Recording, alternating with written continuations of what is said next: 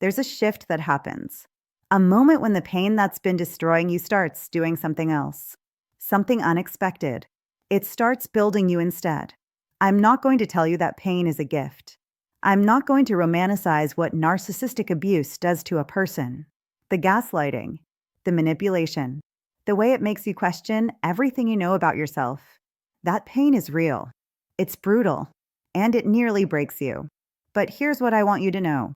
There comes a point where that pain transforms, where it stops being the thing that's happening to you and becomes the thing that's waking you up. You'll know you've reached this point when you stop asking, "Why is this happening to me?" and start asking, "What is this showing me?" When you stop begging them to change and start recognizing what needs to change in you. Not because you caused the abuse. You didn't. But because you're finally ready to see the patterns, the ways you abandoned yourself, the boundaries you never set, the red flags you ignored because you wanted so badly to believe in someone. This is when pain becomes your teacher instead of your destroyer. It teaches you that people show you who they are and you need to believe them the first time. It teaches you that love shouldn't require you to become smaller. That real connection doesn't leave you feeling crazy. That your gut instinct, the one they convinced you to ignore, was right all along. The pain teaches you about yourself, about the wounds you brought into the relationship that made you vulnerable to their manipulation. Maybe you learned early that love was conditional, that you had to earn it by being perfect, by never having needs, by making yourself indispensable. Maybe you learned that your voice didn't matter, that keeping the peace was more important than keeping yourself whole.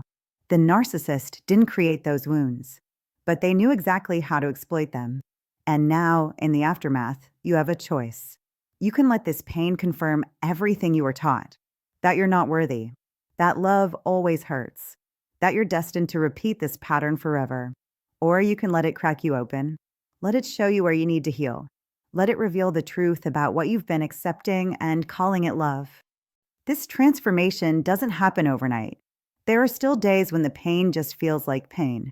When you're angry, when you're grieving who you thought they were, when you're mourning the time you lost, when you're ashamed that you stayed as long as you did. Those feelings are valid. Feel them. Don't rush past them. But somewhere in the middle of that grief, something else starts growing. Strength you didn't know you had. Clarity you've never experienced before. A determination that says, "I will never let anyone treat me this way again." Not because I'm bitter, but because I finally understand what I deserve. You start setting boundaries, and instead of feeling guilty, you feel powerful. You start saying no, and instead of fearing their reaction, you honor your own needs. You start trusting yourself again, and that voice inside, the one they tried so hard to silence, becomes louder than any lie they ever told you. This is when pain stops breaking you and starts changing you.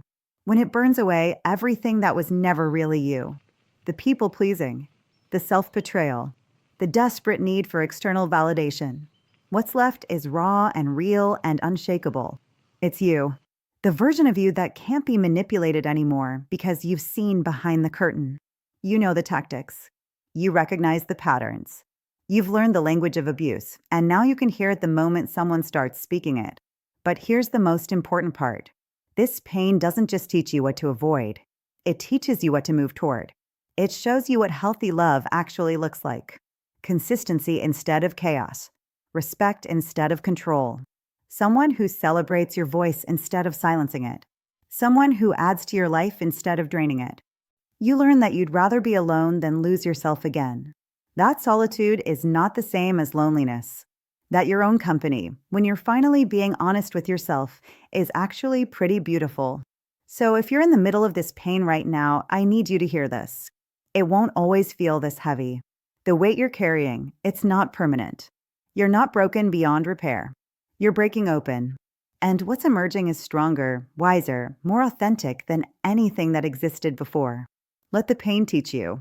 Let it show you who you are when you stop performing for someone who was never really watching anyway. Let it guide you back to yourself. The self you abandoned somewhere along the way. The self who's been waiting for you to come home. This is your transformation. This is where you stop being a victim of what happened and start becoming the author of what happens next. The pain brought you here, but it's your choice what you build with it. Build yourself back, but this time, build yourself real. Thanks for being here. If you're in this transformation right now, drop a heart in the comments. Let's remind each other we're not alone in this. And subscribe to keep walking this path together. Your healing matters.